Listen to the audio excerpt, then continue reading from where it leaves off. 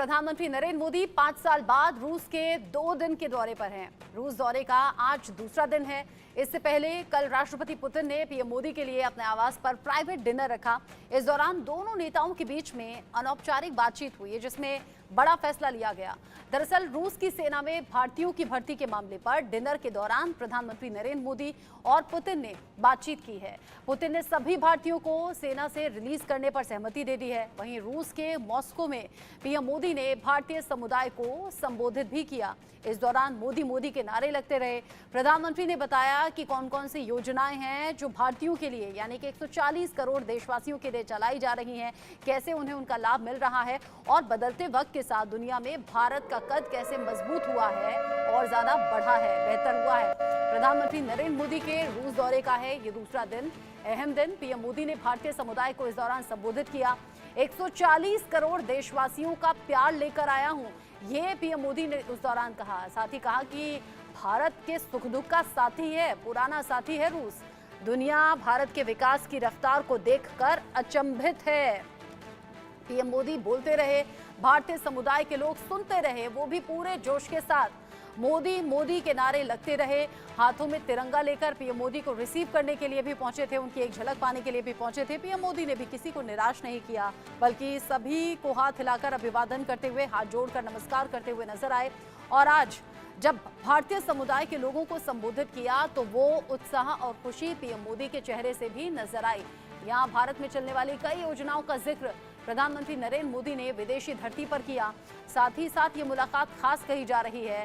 आज प्रधानमंत्री नरेंद्र मोदी और रूस के राष्ट्रपति व्लादिमीर पुतिन के बीच में कल अनौपचारिक मुलाकात हुई है, आज औपचारिक बातचीत होनी है।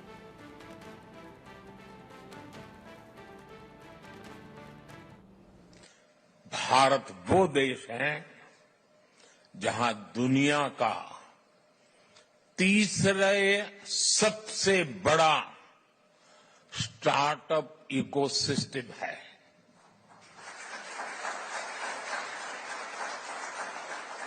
मैं जब 2014 में पहली बार आप लोगों ने मुझे देश की सेवा करने का मौका दिया, तब कुछ सैकड़ों में स्टार्टअप हुआ करते थे। आज लाखों में है।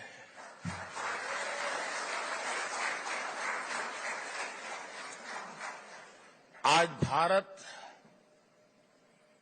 वो देश है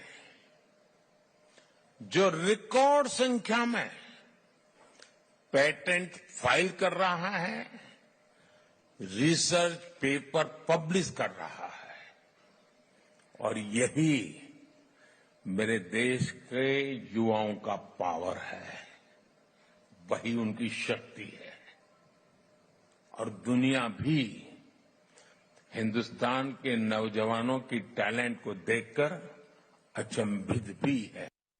आज से ठीक 1 महीने पहले 9 जून को मैंने तीसरी बार भारत के पीएम पद की शपथ ली थी।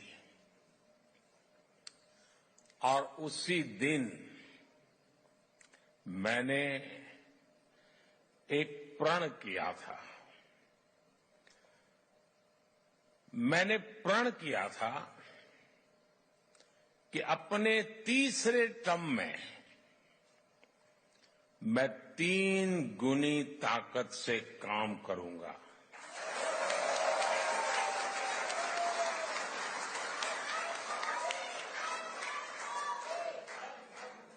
तीन गुनी रफ्तार से काम करूंगा।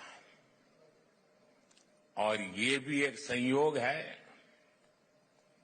कि सरकार के कई लक्ष्यों में भी 3 का अंक छाया हुआ है। सरकार का लक्ष्य है तीसरे टर्म में भारत को दुनिया की तीसरी सबसे बड़ी इकोनॉमी बनाना।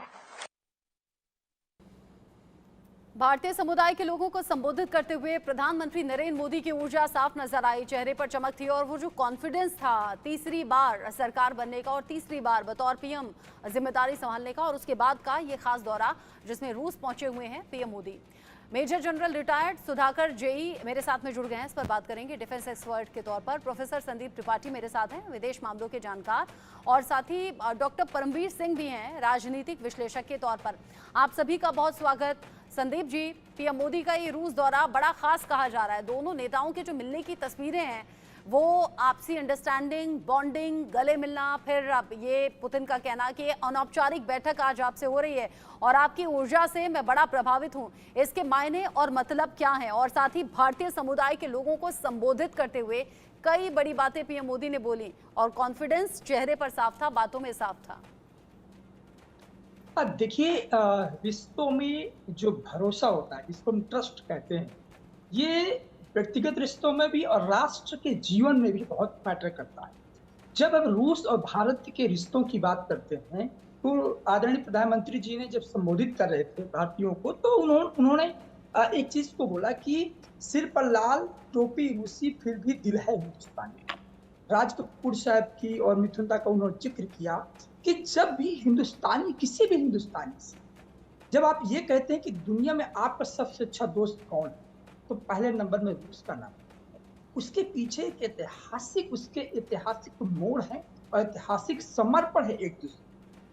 मैं हमेशा इस बात को कहता रहा हूं कि जो भरोसा, जो उन्होंने सुख दुख की बात की, सुख दुख मतलब यही होता है कि रसा जब ट्रमा में था तब भारत रसा के साथ बहुत ट्रस्टवर्दी पार्टनर के रूप में, जब भारत ट्रमा में था, जब दुनिया भारत से कश्मीर पर सवाल कर रही थी, जब दुनिया भारत पर न्यूक्लियर टेस्ट किया उस पर हमारे बैन लगा रहे थे, जब हम ईरान से संबंध बना रहे थे तो उस पर यूएस हम पर बैन लगा रहा था, जब हम इकोनॉमिक ग्रोथ पर टॉप पे चल रहे तब हम कई हमारे डेमोक्रेसी को लेकर के यूएस क्वेश्चन करता है। ऐसे सवालों पर रूस शांत रहता है और रूस कहता है कि हम आपके जो इंटरनल इश्यूज हैं वहां पर कभी छेड़छाड़ नहीं करेंगे और आपका जहां भी दुनिया में किसी भी देश के साथ आपका जो बायलैटरल इशू होगा वहां पर कभी इंटरफेरेंस नहीं होगा। और तीसरी बात, सबसे बड़ी इंपॉर्टेंट बात यह है कि ये जो रिश्ता है जिसकी बार बार जिक्र कर रहे थे आदरणीय प्रधानमंत्री जी रूस के साथ, मैंने हमेशा कहा कि ये रिश्ता 1971 का, मैं एक वाकया आपको बताना चाहूंगा। ये वही चाइना और वही यूएसए हैं, वाशिंगटन बीजिंग दोनों मिल करके एक षड्यंत्र रच रहे थे। और उस समय की अब जब भारत और रूस के बीच में ये द्विपक्षीय बातचीत होनी है, ये जो वार्षिक शिखर सम्मेलन है, इसके लिए पीएम मोदी जब रूस पहुंचे हुए हैं तो दुनिया की निगाहें हैं। दुनिया की निगाहों में फिर भारत और अमेरिका के रिश्तों का भी जिक्र होता है, फिर रूस और चाइना के रिश्तों का भी जिक्र होता है। मेजर जनरल सुधाकर, सर पर लाल टोपी रूसी, फिर भी दिल है हिंदुस्तानी, इस बात का जिक्र पीएम मोदी ने कर दिया और बता दिया कि भारत और रूस का ये रिश्ता कितना ज्यादा गहरा और मधुर है। दोनों एक दूसरे के दोस्त हैं। साथ ही इस बात का भी जिक्र कि पिछले 10 साल में ये दोस्ती और ज्यादा मजबूत हुई है। डिफेंस के क्षेत्र में कौन सी बड़े बातें यहाँ पर हो सकती हैं, कौन सी बड़ी डील जो आपके जहन में आती है? रचना, नमस्कार और बहुत बहुत धन्यवाद, आपने आपके प्रोग्राम में मेरे को इनवाइट किया और मेरे को पैनलिस्ट साहब को मैं बधाई देना चाहता हूं। जहां तक आपकी सवाल है कि क्या मुद्दा डिफेंस रिलेटेड इस बार वो रेज कर सकते हैं, डिफेंस रिलेटेड मेरे विचार के मुताबिक सबसे पहला चीज़ है ये जो S-400 एयर डिफेंस वाला जो हथियार है, इसका पूरा पेमेंट हो चुका है। डिलीवरी जो है अभी भी 2 बैटरी बाकी हैं। ये टाइम डिले इसलिए हो रहा है क्योंकि यूक्रेन और रूस लड़ाई की वजह से जहाँ जहाँ मैन पावर इनके इंडस्ट्री में लगे हुए थे, ये कहीं ना कहीं वो उधर फंस गए हैं लड़ाई में।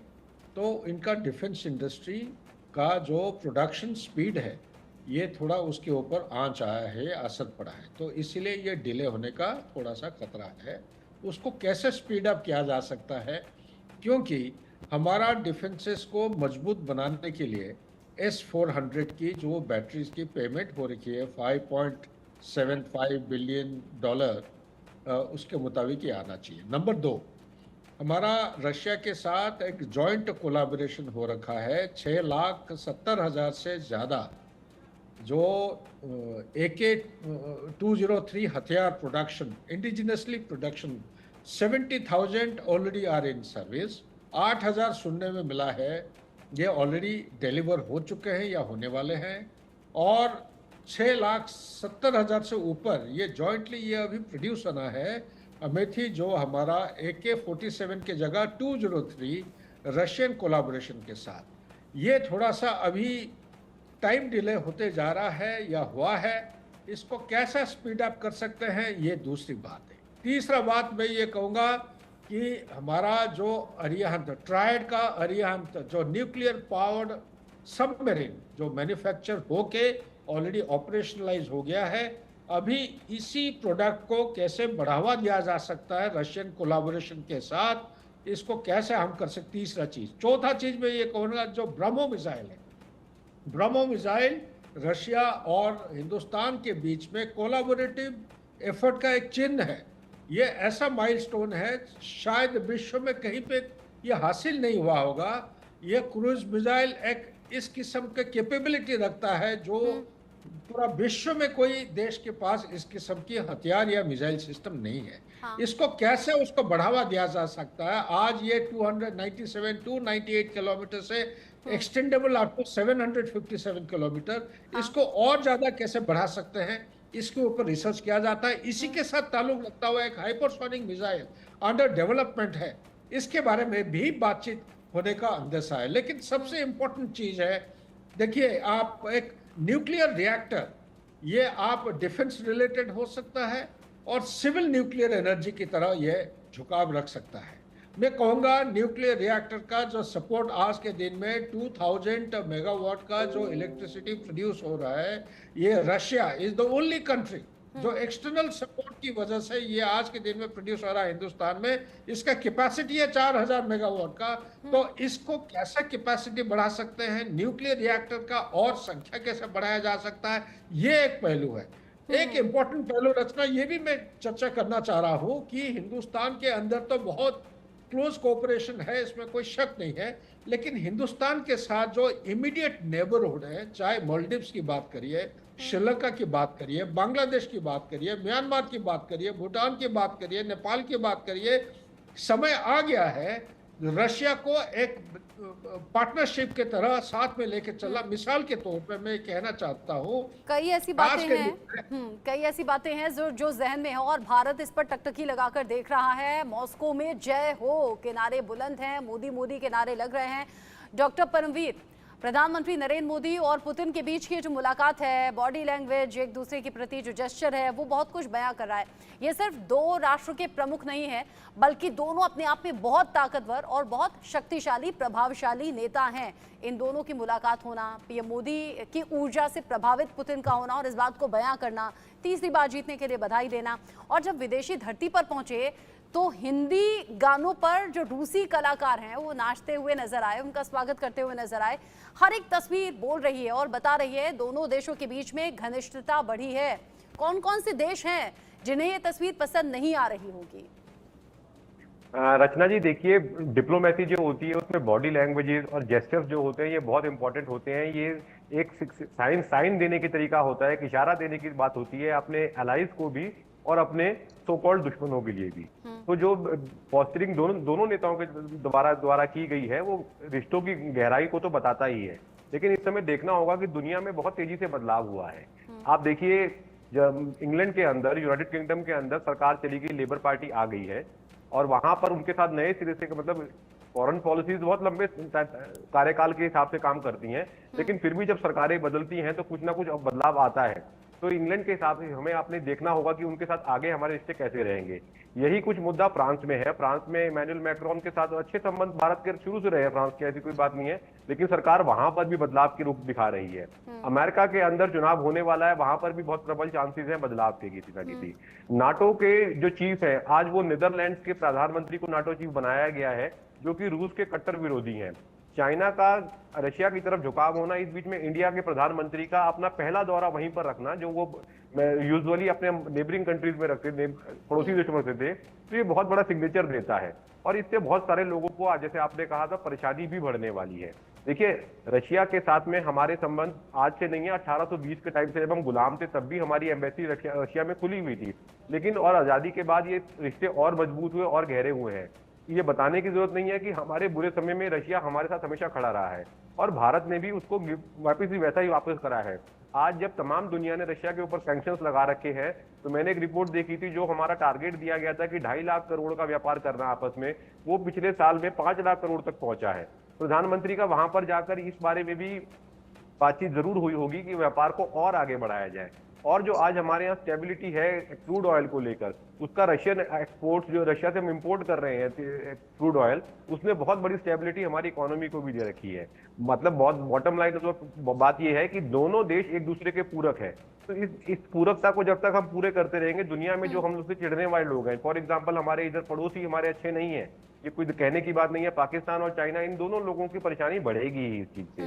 S-400 जैसा भी मेजर जनरल साहब ने बताया था, S-400 की डील हो या AK-203 नई राइफल्स जो हम प्रोक्योर करने वाले हैं, या सबमरीन हंट होती है, लेकिन तो रूस ये और चीन हमारे के बीच में जो रिश्ते हैं, उसमें अगर चीन को ये तस्वीरें पसंद नहीं आती हैं तो क्या रुख रहता है रूस का, ये भी देखना इंपॉर्टेंट रहेगा। लेकिन संदीप जी, दुनिया की कई देशों की निगाह इस बात को लेकर भी है, क्योंकि भारत मजबूत देश के तौर पर उभर रहा है, दुनिया में अपनी अलग छाप छोड़ रहा है। ऐसे में रूस यूक्रेन के बीच के युद्ध का भी जिक्र रह रहकर हो रहा है।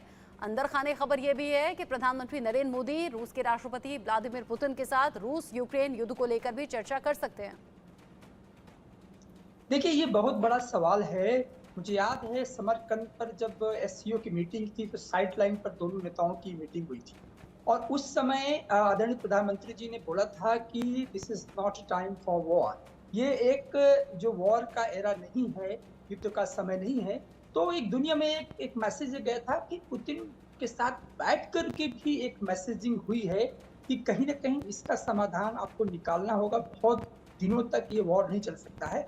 और जहाँ तक मेरा एनालिसिस ये कहता है कि जब पुतिन और प्रधानमंत्री मोदी जी के साथ ये अनौपचारिक जब मीटिंग कल हुई थी, तो शायद उसमें इस बात का जिक्र हुआ होगा, क्योंकि इस वॉर का जो डायरेक्ट प्रभाव है वो भारत और साउथ, ग्लोबल साउथ के जो देश हैं, वहां पर बहुत डायरेक्ट इसका प्रभाव है, फ्यूल के रूप में, फूड के रूप में, फर्टिलाइजर के रूप में।